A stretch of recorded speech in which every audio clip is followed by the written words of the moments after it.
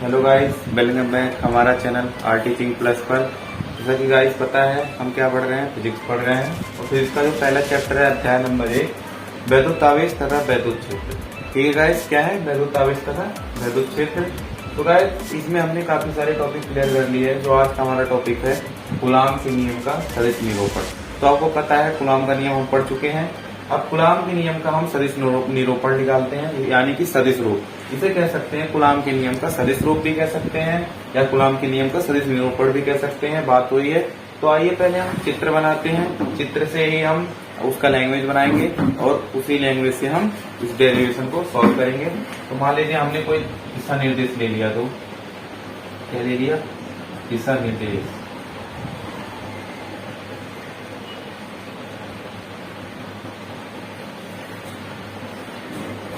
दिशा निर्देश ले लिया, ठीक है।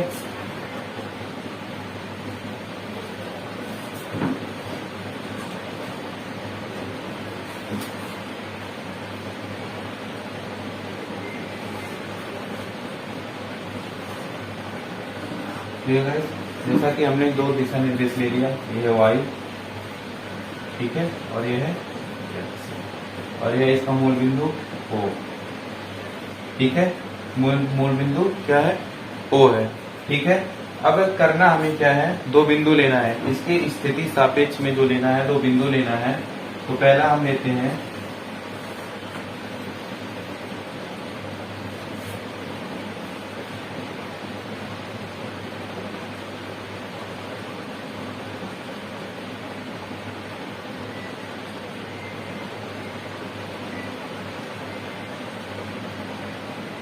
ठीक है, ये बिंदु है Q1, ये बिंदु है Q2।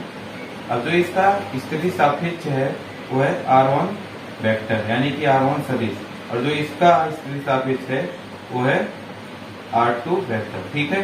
अब क्या करना है? बल लग रहा है Q1 के द्वारा Q2 पे, तो ये जो हमारा बल रहेगा Q1 के द्वारा Q2 पे बल लग रहा है, यानी कि F12 वेक्टर, यानी कि Q1 के द्वारा Q2 पर बल, और यहाँ जो बल लग रहा है यहाँ Q2 के द्वारा Q1 पे बल लग रहा है, यानी कि यह 21 वेक्टर, इसी को हम कह रहे हैं। अब यहाँ जो स्थिति सदिश आएगा, यानी कि Q2 के द्वारा Q1 के सापेक्ष स्थिति सदिश जो यहाँ आएगा वो आएगा R21 वेक्टर, और यहाँ जो Q1 के द्वारा Q2 का स्थिति सापेक्ष जो आएगा वो आएगा R12 वेक्टर, ठीक है गाइस। तो जैसा कि मैंने यहाँ डायग्राम बना दिया और आपको बता भी दिया कि हमारा क्या है, कूलाम के नियम का हम सदिश निरूपण कर रहे हैं या सदिश रूप। तो इसमें तो हमने बिंदु आवेश ले लिया, हमारा दो बिंदु आवेश Q1 Q2 है, ठीक है। तो इसी के हिसाब से हम निकालेंगे, और इसका मूल बिंदु है, मूल बिंदु से R1, जैसे हम वहाँ कूलाम के नियम से दूरी पे लेते थे, ठीक है, लेकिन यहाँ दूरी नहीं रहेगा, प्रमाणपाती नहीं रहेगा, यहाँ रहेगा स्थिति सापेक्ष, क्योंकि यहाँ सदिश रूप निकालना है, ठीक है। तो माना दो आवेश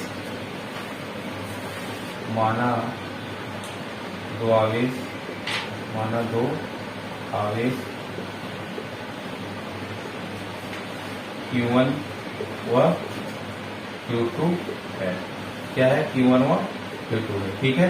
अब हम देखते हैं जो Q1 का स्थिति सापेक्ष जो है, Q1 का स्थिति सापेक्ष, माना दो आवेश Q1 Q2 है, Q1 का सापेक्ष स्थिति या स्थिति सापेक्ष, ठीक है।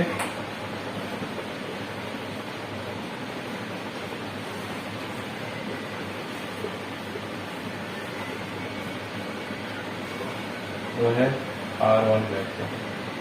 अब Q2 का सापेक्ष स्थिति रहेगा, सापेक्ष स्थिति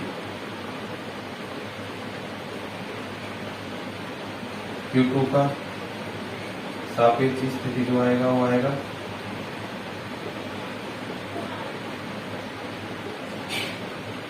क्या आएगा? R2 वेक्टर, ठीक है। क्या आया? R2 वेक्टर आया। Q1 का स्थिति सापेक्ष जो हमारा है R1 वेक्टर है, और Q2 का जो स्थिति सापेक्ष है मूल बिंदु से R2 वेक्टर है। अब जैसा कि मैं बता देना चाहता हूँ गाइस, हम कूलाम के नियम में पढ़े थे कि आकर्षण और प्रतिकर्षण बल लगता है, ठीक है। तो यहाँ भी वही काम हो रहा है, आकर्षण प्रतिकर्षण बल लग रहा है, लेकिन यहाँ जो बल कार्य कर रहा है वो प्रतिकर्षण का कर रहा है, क्योंकि हमने जो दोनों आवेश लिए हैं ये भी प्लस है ये भी प्लस है, ठीक है।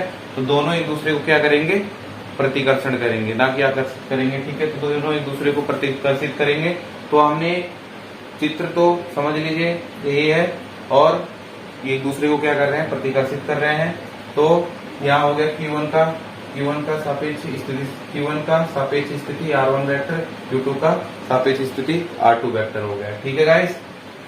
जैसा कि हमने यहाँ निकाल लिया, Q1 का सापेक्ष स्थिति जो है R1 वेक्टर है, Q2 का सापेक्ष जो है स्थिति जो है क्या है, R2 वेक्टर है। अब हम निकालेंगे Q1 का Q2 के सापेक्ष स्थिति सदिश, ठीक है। Q1 का Q2 के सापेक्ष स्थिति सदिश क्या है, स्थिति सदिश, ठीक है। ये हो गया R12 वेक्टर, यानी कि Q2 का Q1 के सापेक्ष स्थिति सदिश, ठीक है। अब दूसरा जो आएगा वो आएगा Q2 का Q1 के सापेक्ष स्थिति सदिश, क्या आया, स्थिति सदिश आया, ठीक है गाइस। तो ये आ गया R21 वेक्टर, क्योंकि ये हो गया Q2 का Q1 के सापेक्ष स्थिति सदिश, ठीक है। अब हम बल देखते हैं, बल कौन सा लग रहा है, F12 वेक्टर। इसका मतलब है गाइस Q1 पे Q2 के कारण बल, Q1 पर Q2 के कारण बल, Q1 पर Q2 के कारण बल। अब ये जो लग रहा है यहाँ F21 वेक्टर, ये लगेगा हमारा, इसका मतलब है Q2 पे Q1 के कारण बल, Q2 पर Q1 के कारण बल, ठीक है। Q2 पर Q1 के कारण बल। तो जैसा कि अब एक बार समझ लेते हैं, माना हमारा दो एक्सिस है, दिशा निर्देश है y और x, इसके मूल बिंदु से यानी कि R1 स्थिति पर जो बिंदु है 1 है और R2 स्थिति पे जो बिंदु है Q2 है।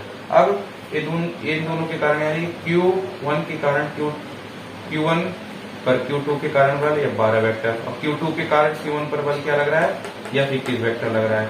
अब इसका देख लेते हैं स्थिति सदिश, यानी कि Q1 देखिए यहाँ मैंने जैसे लिखा है Q1 का Q2 के सापेक्ष स्थिति सदिश, ठीक है। Q1 का Q2 के सापेक्ष स्थिति सदिश जो है ये है या 12 वेक्टर, और Q2 का Q1 के सापेक्ष स्थिति सदिश जो है या 21 वेक्टर है, ठीक है। तो हम वही लैंग्वेज यहाँ राइट किए हैं, और बल भी वही लिखे हैं कि बल वही लग रहा है कि Q1, अब बल जो लग रहा है Q1 पर Q2 के कारण बल, तो ये हो गया Q2 पर Q1 के कारण बल, तो ये हो गया, ठीक है। तो ये लैंग्वेज हम राइट कीजिए, इतना राइट कीजिए। में कोई भी पॉइंट नहीं समझ में आया तो आप कमेंट बॉक्स में कमेंट कर सकते हैं और बता सकते हैं।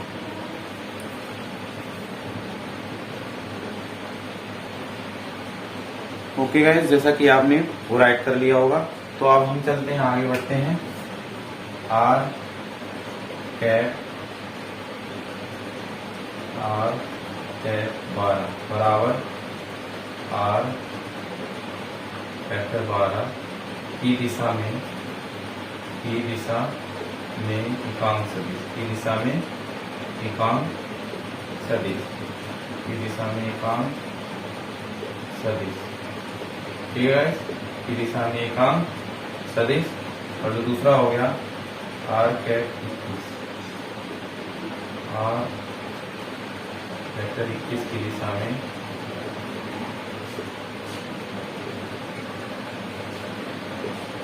एकांक सदिश, की दिशा में एकांक सदिश, ठीक है। अब हम निकालेंगे कूलॉम बल का सदिश रूप, कूलॉम बल का सदिश रूप निकालते हैं अब हम। तो पहले आपको पता होगा जब F1 के कारण F2 पर बल, तो जो हम यहाँ आएगा आपको पता होगा कूलम्ब बल क्या होता है, K इंटू Q1 Q2, यानी कि Q1 के कारण Q2 पर बल R का वर्ग, और यहाँ जो आया ये आया R 12, ठीक है। पहला हो गया, दूसरा हो गया यानी कि Q2 के कारण Q2 पर Q1 के कारण बल, तो जो आएगा Q2 के कारण Q1 पर बल जो हमारा आया क्या आएगा वो आएगा हमारा R इंटू R, ठीक है, ये आ गया। तो गाइस हमारा यहाँ भी वही चलेगा क्योंकि हम कूलम्ब के नियम से चल रहे हैं, Q1 Q2 ही होगा यहाँ, ठीक है। R cap 21। अब देखिए ये जो हम कह रहे हैं यानी कि R कैप 21 जो है और R कैप 12, यानी कि जो ये दिशा है इसकी दिशा क्या है, इसकी दिशा अलग है, इसकी दिशा अलग है, दोनों बराबर है परंतु इनकी दिशा क्या है, विपरीत है। तो आप यहाँ पर राइट कीजिए, थोड़ा डेरिवेशन बचा है उसको सॉल्व करेंगे और कूलम्ब के नियम का सॉल्यूशन निरूपण हमारा कंप्लीट हो जाएगा। तो आगे देखिए यहाँ, ठीक है गाइस, राइट कीजिए, इतना राइट कीजिए।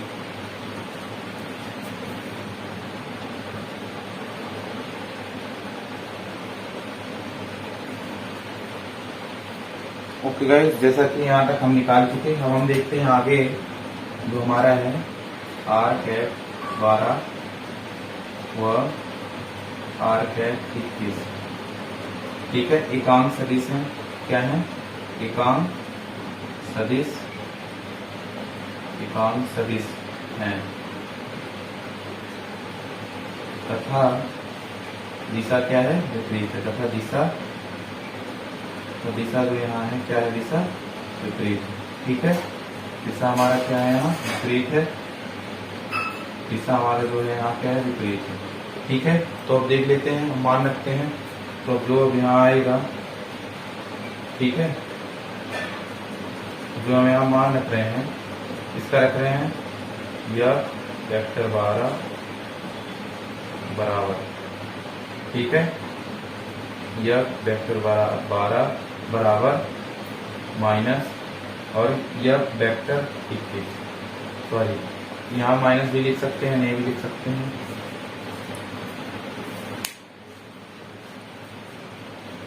सॉरी गाइस थोड़ा सा मिस्टेक हो गया था। तो हम आगे देखते हैं, जो हमारा R कैप 12, ठीक है, और बराबर माइनस R कैप 21 है, ठीक है। तो देख ही रहा होगा आपको R कैप 12 कौन सा है, R कैप 12 इसका है F2 के कारण, F1 के कारण, सॉरी Q1 के कारण Q2 पर बल, तो ठीक है। तो हम इसे ले लेते हैं यहाँ, ठीक है, क्योंकि हमें मान निकालना है और इसका मान हम पूरा रख लेते हैं। तो यहाँ मान जब हम रखेंगे K इंटू Q1 Q2 बटे R square into minus R1 vector, ठीक है। अभी हम इसे सॉल्व करते हैं, तो इसे क्या करते हैं, माइनस को इधर ले आते हैं, K इंटू Q1 Q2 बटे R square into R cap. तो आपको दिख ही रहा होगा ये जो मान है किसके बराबर है, इसके बराबर है। तो हम यहाँ लिख लेते हैं सीधे R कैप 12 सॉरी वेक्टर 12 बराबर माइनस यह, ठीक है। ये हो गया हमारा सॉल्व गाइस, जैसा कि आप देख रहे हैं ये होगा हमारा डेरिवेशन सॉल्व, ठीक है। Q1 कारण Q2 पर बल और Q2 के कारण Q1 पर बल, यानी कि इनका जो दोनों का मान है क्या है, बराबर है, ठीक है, परंतु दिशा क्या है, विपरीत है, बस ये ध्यान रखना है हमें।